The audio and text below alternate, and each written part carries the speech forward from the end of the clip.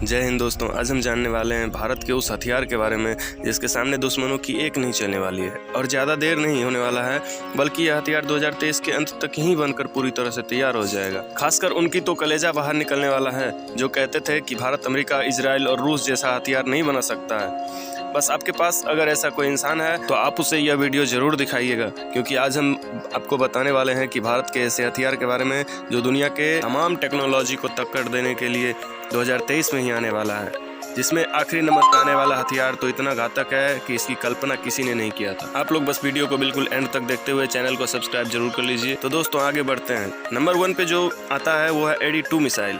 दोस्तों BMD missile system भारतीय इतिहास के सबसे घातक और सबसे ताकतवर मिसाइल सिस्टम है। BMD शील्ड एक मिसाइल डिफेंस सिस्टम है जिसमें एक नहीं बल्कि कई मिसाइल लगी है और इसका काम भारत पर होने वाले हर एक प्रकार के हमले को रोकना है। यह डिफेंस सिस्टम वैसे तो बनकर तैयार हो चुका है, परंतु इसका एक मिसाइल AD-2 अभी तक पूरी तरह से बना नहीं है। उम्मीद किया जाता है कि यह 2023 के अंत तक पूरी तरह से बनकर तैयार हो जाएगा, फिर BMD पूर्ण रूप से कंप्लीट हो जाएगा। हाल ही में भारत ने AD-1 का सफल टेस्ट किया था, जिसके बारे में जानकारी के लिए वीडियो का लिंक डिस्क्रिप्शन में मिल जाएगा।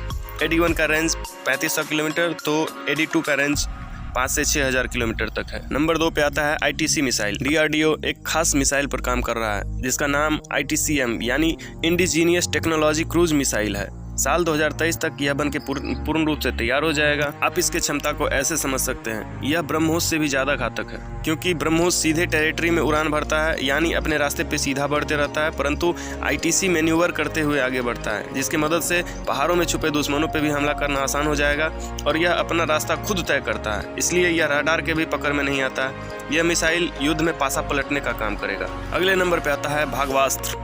जैसा नाम वैसा काम। दोस्तों दरअसल ड्रोन टेक्नोलॉजी में तो काफी देश आगे हैं, परंतु एंटी ड्रोन टेक्नोलॉजी में कुछ ही देश काम कर रहे हैं। इसमें भी एंटी स्वार्म ड्रोन टेक्नोलॉजी को विकसित कर पाना काफी मुश्किल है और इस टेक्नोलॉजी पे भारत काम कर रहा है। भागवास्त्र एक खास तरह का एंटी स्वार्म ड्रोन टेक्नोलॉजी का हथियार है, जिसे 4x4 के व्हीकल पे तैनात किया जाएगा, जिसपे 8 अलग अलग लॉन्चर लगे होंगे, जिसमें से हर एक से नैनो मिसाइल लॉन्च होंगी। यानी भागवास्त्र यह इतना छोटा होगा कि इसे कहीं भी ले जाया जा सकता है। हमारी सेना भी अपनी सुरक्षा के लिए अपने काफिले के साथ ले जा सकेंगे। एक बार में 64 मिसाइल लॉन्च करने में सक्षम होगा। इसकी रेंज की बात करें तो इसके रडार की रेंज 5 किलोमीटर तो इसके मिसाइल की रेंज 2.5 किलोमीटर होगी। अगर आप इस रेंज को बिल्कुल कम रेंज समझ रहे हैं तो हम आपको बता दें कि एक स्वार्म ड्रोन का रेंज ही 5 किलोमीटर होता है, यानी दुश्मन 5 किलोमीटर से ज्यादा दूरी से अटैक नहीं कर सकेगा।